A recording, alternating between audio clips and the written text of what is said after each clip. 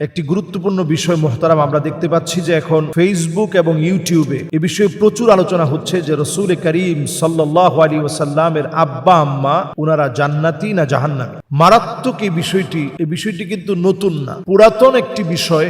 নতুন করে এখন বাংলাদেশে কিছু কিছু উলামায়ে কেরাম এই বিষয়গুলো এখন আলোচনা করে জনমনে একটা বিভ্রান্তির সৃষ্টি করেছে বলে আমি মনে করছি। সকল বিষয় সকলের সামনে আলোচনা করা এটা উচিত না। এখন যেহেতু ইউটিউবে এই বিষয়গুলো নিয়ে কথা হচ্ছে, পরিষ্কার এই বিষয়ে দুইটা মতই উপস্থাপন করা উচিত। উলামায়ে কেরামের মধ্যে এই বিষয়ে দুইটা মতামত। প্রথম মতটা হচ্ছে ওনারা আহলে ফাতরার অন্তর্ভুক্ত সময়ের মানুষ।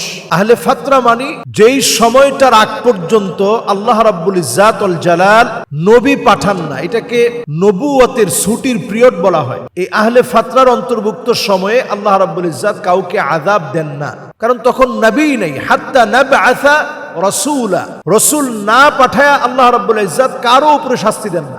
এবং কোরআনুল কারীমে যদি আমরা দেখি, ওয়া তাকাল্লুবাকা ফিস সাজিদিন, নবীজিকে আল্লাহ তাআলা ওই বংশ পরম্পরা থেকে কবুল করেছেন যারা ছিল সিজদা অবনত।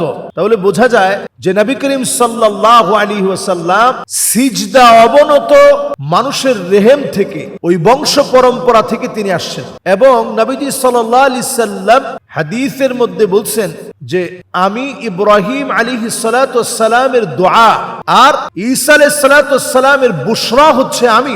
আর আমার আম্মা এমন একটা স্বপ্ন দেখলেন, যেই স্বপ্নে নবীজি সাল্লাল্লাহু আলাইহি সাল্লাম যে পেটে আসছেন সেটা আম্মাজান, নবীজির আম্মাজান এটা আগেই স্বপ্ন দেখছেন, যেটা কুসুর শাম পর্যন্ত আলোকিত করে ফেলছে।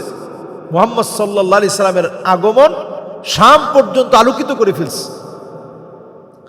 এবং কোরআনুল কারীমের একটি আয়াত আমি এই জায়গায় বলতে চাই যে কোরআনুল কারীমে আল্লাহ রাব্বুল ইজ্জাত ওয়াল জালাল পরিষ্কার ভাষায় আল্লাহ তাআলা বলছেন, কালামে হাকিমের দিকে যদি আমরা তাকাই তাহলে আমরা দেখব যে রব্বে কারীম বলছেন যে ইন্নাল্লাযীনা ইউযুনাল্লাহা ওয়া রাসূলাহু, যদি আপনি এমন কোন কাজ আপনি করেন যেই কাজে আপনি আল্লাহ এবং তার রাসূলকে কষ্ট দিবেন, ইন্নাল্লাযীনা ইউযুনাল্লাহা ওয়া রাসূলাহু লাআনাহুমুল্লাহ, রাসূলকে যদি আপনি কষ্ট দিয়ে ফেলেন তাহলে আল্লাহর লানত আপনার উপরে পড়বে। ফিদ দুনিয়া ওয়াল আখিরা, দুনিয়াতেও পড়বে আখিরাতেও পড়বে, লানত আপনার উপরে পতিত হবে। ওয়া আ'আদ্দা লাহুম আযাবাম মুহিনা, কঠিন কষ্টদায়ক যন্ত্রণাদায়ক শাস্তি আল্লাহ রাব্বুল আলামিন আপনার জন্য রেখেছেন। তাহলে বোঝা যায় যে নবী করিম সাল্লাল্লাহু আলাইহি ওয়াসাল্লামের এই বিষয়গুলো নিয়ে উলামায়ে কেরামের দুইটা মত। একপাক্ষিক মত হচ্ছে যে কোনোভাবেই এই বিষয়গুলো নিয়ে কথা বলে অতিরঞ্জিত বাড়াবাড়ি করে নবী করিম সাল্লাল্লাহু আলাইহি ওয়াসাল্লামকে কষ্ট দেওয়া যাবে না। নবীজি নিজেও এই বিষয়গুলো বললে বিরক্ত হতেন। এটা কোনো উলামায়ে কেরামের ওই হাদিস থেকে বক্তব্য, যে আনাস রাদিয়াল্লাহু তাআলা আনহু থেকে বর্ণিত হাদিস, যে হাদিসটা সহিহ মুসলিমে আসছে। নবীজি আলোচনা করতেছেন, এর মধ্যে একজন সাহাবী প্রশ্ন করলেন, ইয়া রাসূলুল্লাহ আইনা আবি, কোথায় আমার আব্বা? তো নবী করিম সাল্লাল্লাহু আলাইহি সাল্লাম উত্তর দিলেন, ফিন্নার, তোমার আব্বা জাহান্নামে। কারণ আলোচনা করার মধ্যে একটা আদব আছে। আলোচনা চলাকালীন সময়ে জিজ্ঞাসা করছে আমার আব্বা কোথায়? তো নবীজি বললেন যে আবুকা ফিন্নার, তোমার আব্বা জাহান্নামে। তো সাহাবীর তো মন খারাপ হয়ে গেছে।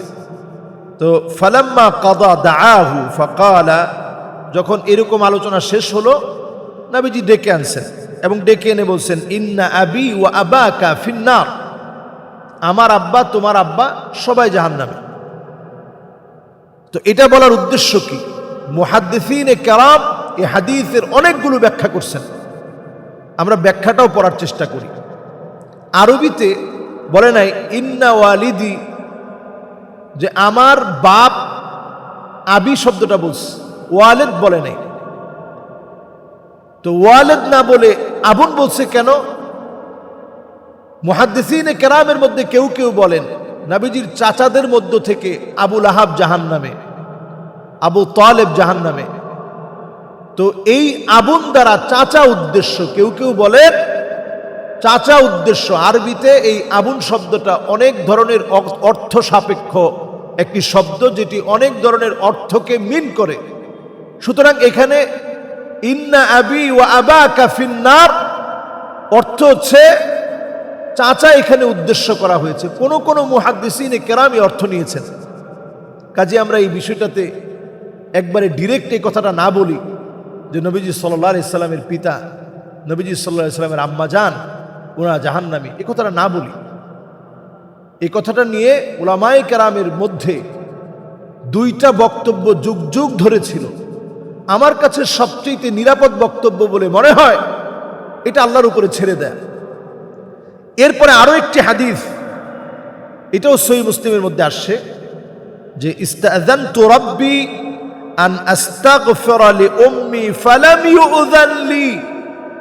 নবীজি সাল্লাল্লাহু আলাইহি সাল্লাম ওনার আম্মা আমেনার কবর যখন জিয়ারত করতে গেলেন, আল্লাহর কাছে অনুমতি চাইলেন যে আল্লাহ, আমি আমার আম্মার জন্য ইস্তেগফার করি, গুনাহ মাফের জন্য দোয়া করি। ফালাম ইউযান লি, আল্লাহ অনুমতি দেন নাই। এই হাদিসের ব্যাখ্যাও মুহাদ্দিসিনে কেরাম এই ব্যাখ্যাও করছেন যে আমেনা, যার নামই ছিল আমেনা, আল্লাহ তাআলা তাকে নিরাপদ রেখেছেন গুনাহ থেকে।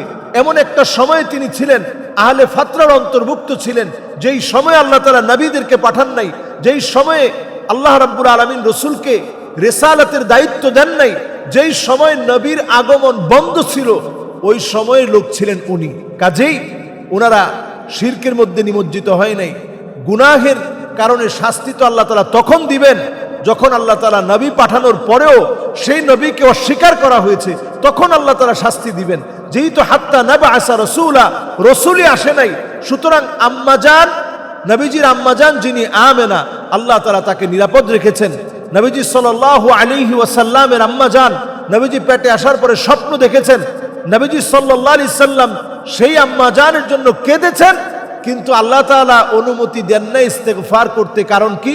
কারণ উনার গুনাহের অধ্যায় যখন লেখা হয়, শরীয়তের তাকলিফ, শরীয়ত ওনার উপরে অর্পিত হয়, মা উলজিমা ফিহি কুলফা, শরীয়তের অর্পিত বোঝা ওনার উপরে চাপবে, সেই সূরত আসে নাই। নবীজি সেই সময়ে, নবীজি সাল্লাল্লাহু আলাইহি সাল্লাম আসার আগে লম্বা সময়, ঈসা আলাইহিস সালাম থেকে নিয়ে আমার রসুল পর্যন্ত লম্বা সময় আল্লাহ তাআলা ওহীর রাস্তা বন্ধ রেখেছিলেন। সুতরাং যেহেতু ওহীর রাস্তা বন্ধ ছিল, কাজেই উনাদেরকে গুনাহগার বলার, জাহান্নামী বলার, আহলুন নার বলার সুযোগ নেই।